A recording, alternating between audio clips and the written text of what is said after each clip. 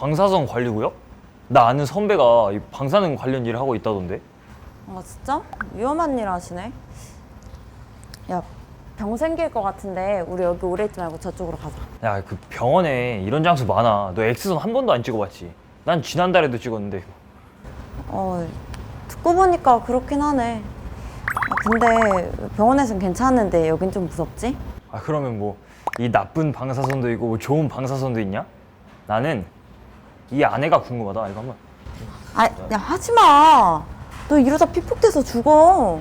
내가 아는 방사능 일하는 선배는 너무 건강하던데? 안 열리네. 여러분 여기서 이러시면 안 됩니다. 여기는 허가된 사람만 들어갈 수 있어요. 아이, 죄송합니다. 제가 그 취업을 앞두고 고민이 많은 대학생인데요. 이 방사선 관련해서 좀 궁금한 게 많아서요. 방사선 관련한 직업도 참 많죠. 제가 여러분께 안내와 소개를 좀 해드릴게요. 네. 방사선 관리구역이 보고 싶으시죠? 아, 네, 보고 싶습니다. 저는 궁금하기는 한데 안에 들어가도 건강에 문제 없나요? 네. 여기 방사선 관리구역은 무엇보다 여러 가지 안전수칙이 있습니다. 이 안전수칙만 잘 지키면 큰 걱정은 안 하셔도 됩니다. 그러니까 이거 더 궁금해집니다. 여러분들은 방사선 관련한 직업을 가질 수도 있으니까 안전을 위하여 지켜야 될 사항들을 제대로 알려드릴게요. 모든 것은 자기 자신의 안전을 위한 약속이라고 생각하시면 됩니다. 일단 이곳에 들어가려면 정식으로 교육도 받고 건강검진도 해야 되는데요. 지금은 일시적인 방문이니까 이 경우에 해당하는 교육을 실시하겠습니다.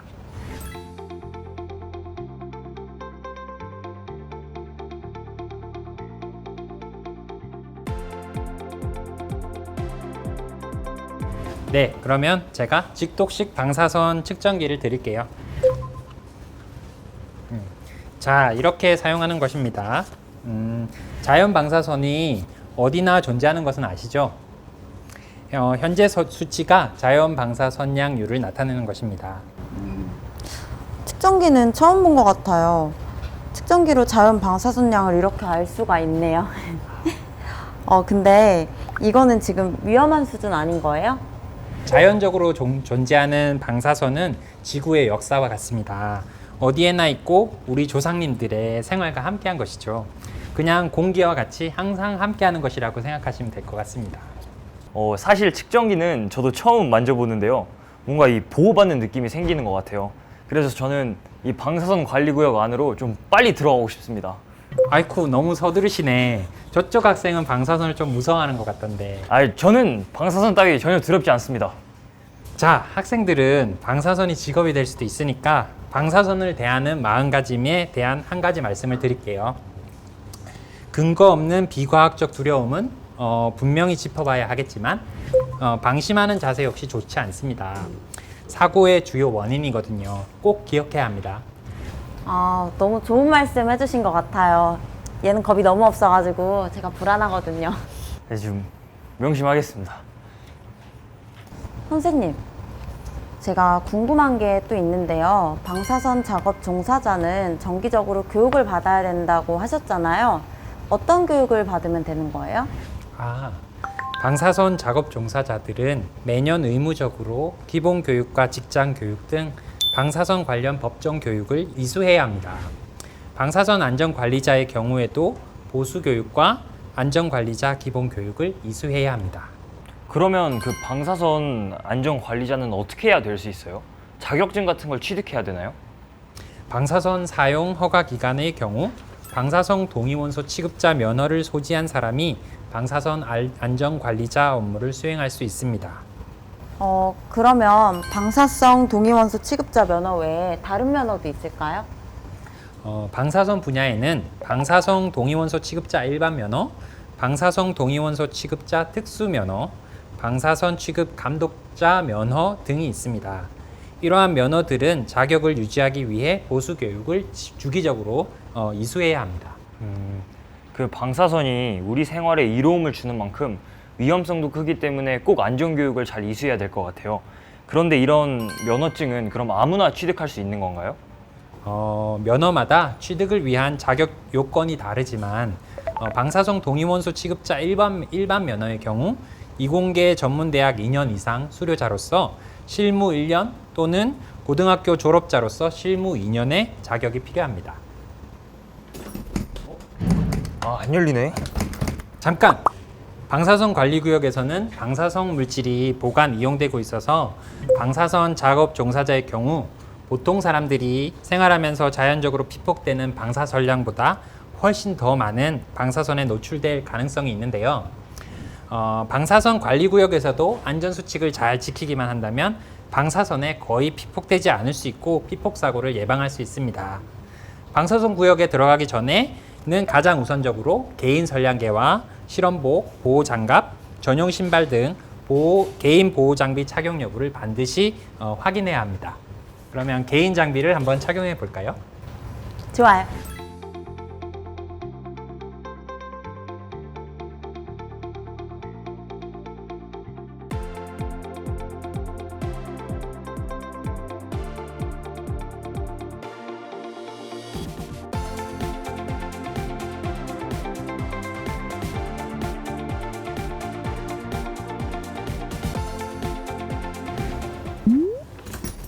잠깐!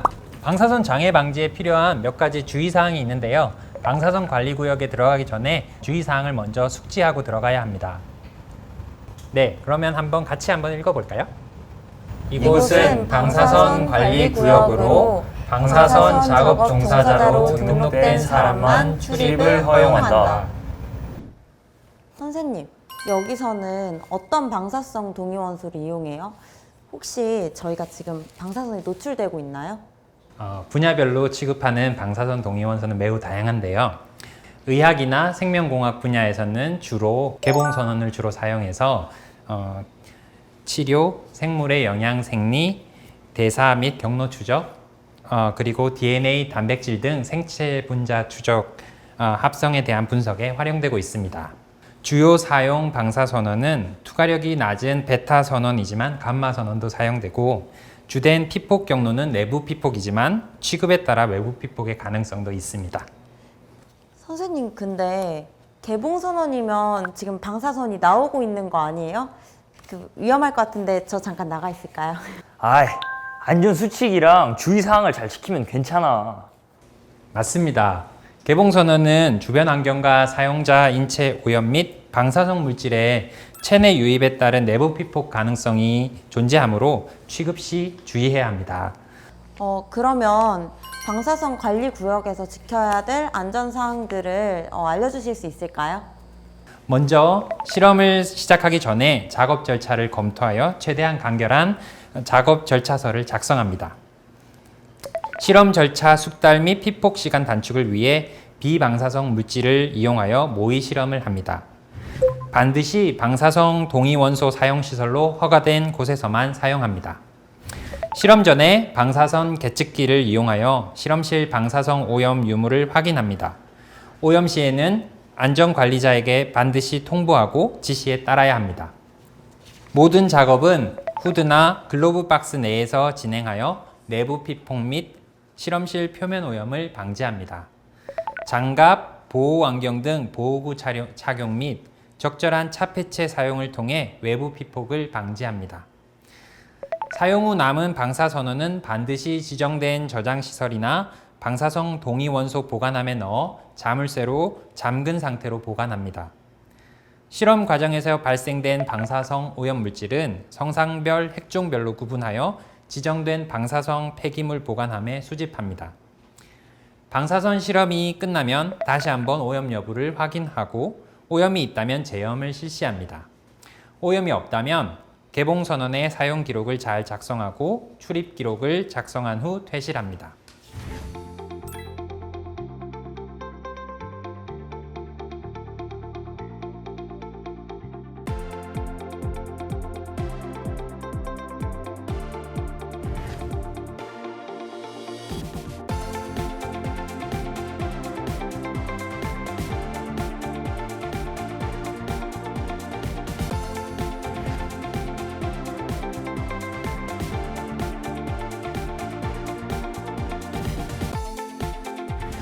네, 저희는 개봉선언 실험실로서 방사성 동위원소를 보관하고 있는데요. 방사선 안전관리 규정에 의해서 지정된 방사성 동위원소 저장함에 보관해야 됩니다.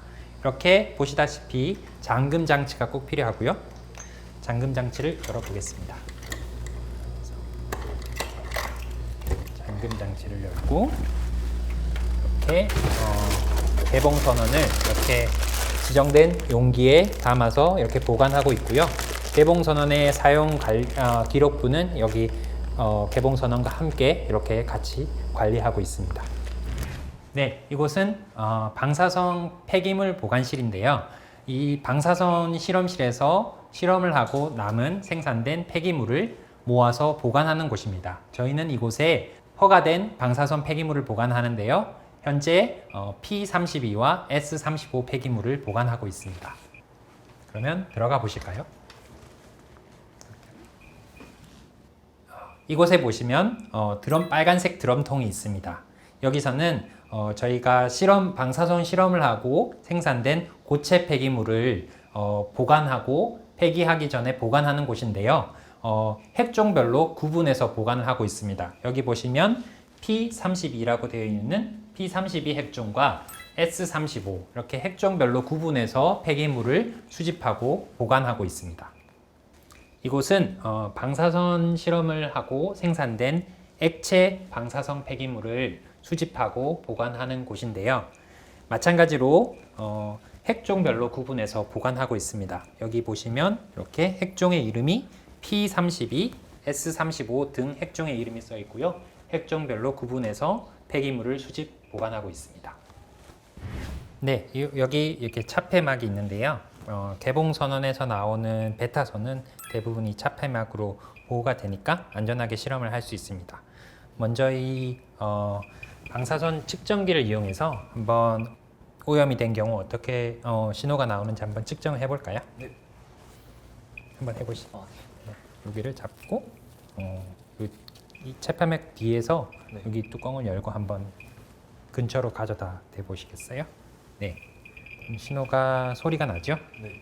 네. 그리고 다시 뚜껑을 닫아주시고요. 그럼 이런 아크릴막 안에 다시 한번 여기에 대보시겠어요? 소리가 안 나죠? 네. 네, 이게 차폐가 되고 있다는 뜻입니다. 나뿐만 아니라 실험실을 함께 이용하는 사람들을 위해서라도 안전수칙을 꼭 잘 지켜야겠네요. 근데 선생님, 실험실이 오염됐는지 그런 건 어떻게 확인할 수 있어요? 네, 좋은 질문입니다. 오염 검사 방법에는 크게 두 가지가 있습니다. 고착성 오염이 많을 것으로 예상되고 주변 백그라운드가 낮은 곳에서는 서베이 미터를 이용한 직접 측정법을, 백그라운드가 높은 곳에서는 표면 오염도 측정법을 사용하시면 됩니다. 의학이나 생명공학 외에 다른 분야에서는 어떤 방사성 동위 원소를 취급하나요? 기초자연과학 분야에서는 실효물질의 구조 분석과 정성, 정량 분석에 X선을 이용한 XRD와 XRF가 사용되고 있으며 유해 성분 분석에 니켈 63을 내장한 GC-ECD 등이 사용되고 있습니다. 이와 같은 신고 장비의 경우 정상적인 사용 중에 방사선 피폭의 가능성은 희박하지만 GC-ECD의 경우 단연간 사용 과정에서 방사성 물질의 누설 가능성이 있으므로 정기적인 누설 점검이 필요합니다. 공학 분야에서는 감마선을 방출하는 밀봉선언과 X선 등의 방사선 발생 장치를 주로 사용합니다. 이때 밀봉선언의 경우 별도의 차폐 용기에 보관하여 외부 피폭 가능성을 줄이도록 하며 용기 손상으로 인해 방사선 동위원소가 누설될 가능성이 있으므로 수시로 밀봉 용기의 건전성을 점검해서 내부 피폭의 위험성을 제거해야 합니다. 밀봉 선언이나 방사선 발생 장치는 개봉 선언에 비해서는 덜 위험하겠네요. 그렇게 생각할 수도 있지만 방사선을 사용할 때 방심은 금물입니다. 반드시 방사선 안전관리 지침을 숙지하고 안전수칙을 준수하여 방사선언을 사용해야 합니다. 그러면 밀봉 선언을 취급하거나 관리할 때 주의해야 할 사항을 좀 알려주세요. 밀봉선언이란 방사성 물질을 캡슐 등에 밀봉하여 방사선만 이용할 수 있게 제작된 것으로 일반적으로 감마선 방출 핵종을 내장하는 경우가 많아 외부 피폭에 주의해야 합니다. 개봉 선원에 비해 방사능이 높기 때문에 용기의 건전성 유지가 중요합니다. 특히 알파, 베타 선원의 경우 방사선이 나오는 창이 얇기 때문에 파손되지 않도록 주의해야 합니다. 방사성 동위원소의 사용시설에 출입할 때는 반드시 지급받은 개인 선량계를 착용해야 합니다. 실험 중에 선원과의 거리를 최대한 멀리 유지할 수 있도록 적절한 도구를 사용해야 합니다. 밀봉 선원에 대해서는 정기적으로 누설 검사를 실시합니다.